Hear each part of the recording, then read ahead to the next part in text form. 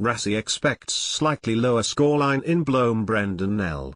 SuperSport Bloemfontein. Coach believes it may be a carbon copy of the Ellis Park Test when South Africa and England meet for the second of their three-match series here on Saturday, although the scoreline may be lower. While he expected opposition coach Eddie Jones to tweak a few things, Erasmus said he didn't think that there would be too many changes to the England game plan. Eddie is obviously a very good coach and I think he would have tweaked a few things. I guess he is in the same boat as us. You have a week of training sessions, let's say 3 training sessions, and how much can you really change? He will make small little tweaks like we have, but overall I think we may get the same type of test match. Erasmus told.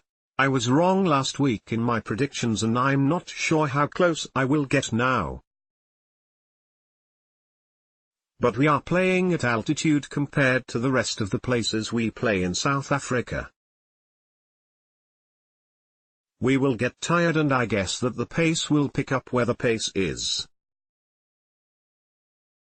So yes, more or less the same from my view. While both coaches have looked at defense after each side scored 5 tries in the game, Erasmus has been more concerned with the way their box started, and the fact they were 24-3 down after 18 minutes before performing one of the most heroic comebacks seen in the green and gold. I am more concerned about the first 20. But the last 20 I always knew we would struggle a bit because the guys on the bench were the guys who were flying back from Washington and it was just really a tough flight, he said. We knew that would have an impact, that is why we were so late with the subs there. We don't have that excuse this week, so let's use that excuse and say that was the reason at the end. But hopefully it doesn't happen again this week. I don't think it was a concentration lapse, I just think everybody was tired in that game. Erasmus foresees a similar game, but that with both sides tightening up on defense it may be a lot lower scoreline than their 42-39 won in Johannesburg. I'm not sure if we will have a high-scoring game, and if we win that will be great, but if it is a low-scoring game and we win that will also be great.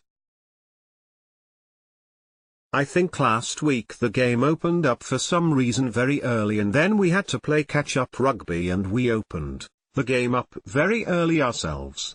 Test match rugby we all know is a tight affair with both teams trying to outmuscle each other. I guess both teams have analysed each other now and from analysis you tend to stop position and momentum better.